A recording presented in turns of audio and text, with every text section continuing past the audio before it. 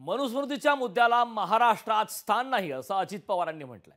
पाठ्यपुस्तकात मनुस्मृतीचा कुठलाही श्लोक नाही।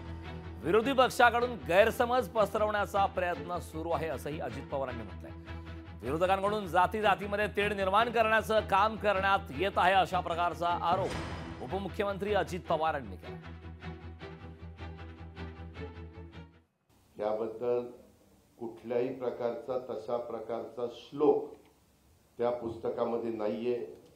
आम्ही सातत्याने सांगतोय, विरोधी पक्ष विनाकारण गैरसमज पसरवण्याचा प्रयत्न करतात आणि जातीमध्ये तेढ लावण्याचं राजकारण करतायत।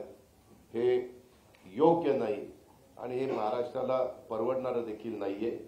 महायुतीतल्या कुठल्याही नेत्याने अभ्यासक्रमात मनुस्मृतीचा समावेश करण्याचं समर्थन केलेलं नाही। मनुस्मृतीसारख्या मुद्द्याला या महाराष्ट्रात स्थान असणार नाही हे मी या निमित्तानं पुन्हा एकदा ठामपणे सांगू इच्छितो। लोकशाही मराठी ऐका, पहा, जागरूक रहा।